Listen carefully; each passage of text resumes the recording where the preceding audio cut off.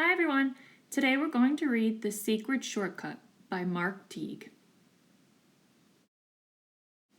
On Monday, Wendell and Floyd were late for school. They had nearly been captured by space creatures, they told their teacher. Ridiculous, said Mrs. Gernsblatt, and she warned them to not let it happen again. But Tuesday was no better. Pirates were loose in the neighborhood. It was just sheer bad luck. Wendell and Floyd explained when they showed up late for school. Preposterous, said Mrs. Gernsblatt. And on Wednesday, even though Wendell and Floyd left early, a plague of frogs made them late once again. Absurd, cried their teacher. I'm warning you. Be here on time tomorrow, or else. And no more crazy excuses. There's got to be a way to get to school on time, said Wendell. We'll just have to leave earlier. Floyd arrived at Wendell's house so early the next morning that the sun was barely up, and Wendell was still in his pajamas. I've got an idea, said Wendell as he quickly got dressed. We'll follow my secret shortcut and get to school even sooner. A shortcut? Asked Floyd. I didn't know there were any good shortcuts to school. This is the secretest shortcut of all, said Wendell. In fact, I invented it myself.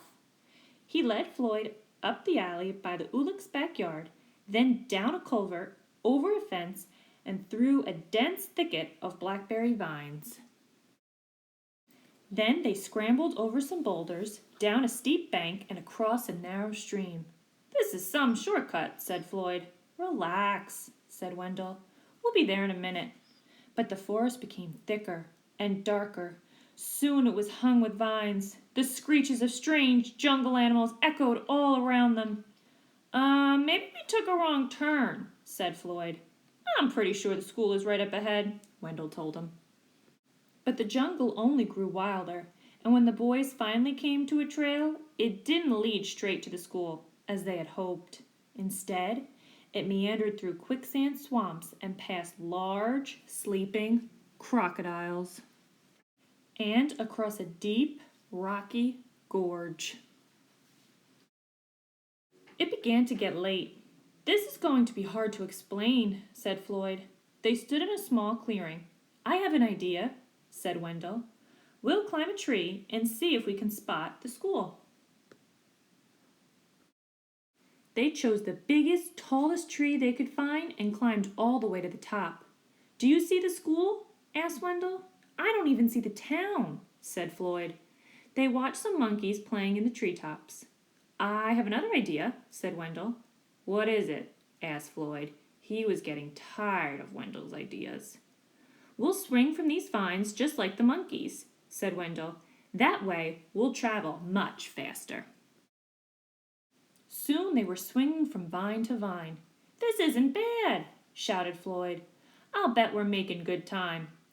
I knew this shortcut would work out, Wendell crowed. But at that moment, they ran out of vines. The boys landed, plop, plop, in a giant puddle of mud. Now what do we do? Asked Floyd. I don't know, said Wendell. I'm out of ideas. They sat in the puddle and thought about all the trouble they were going to be in. Miss Gernsblatt will never believe this story, said Wendell. It is sort of crazy, said Floyd. Just then, from far away, they heard a school bell ring. Did you hear that? Cried Wendell. That was the first bell. We can still make it if we run. They ran until the jungle gave way to the forest, and the forest became the woods, and then they scurried through the Mortleys' backyard and up the hill to school. They flew through the door of Miss Gernsblatt's room and landed squishily in their seats just as the late bell rang.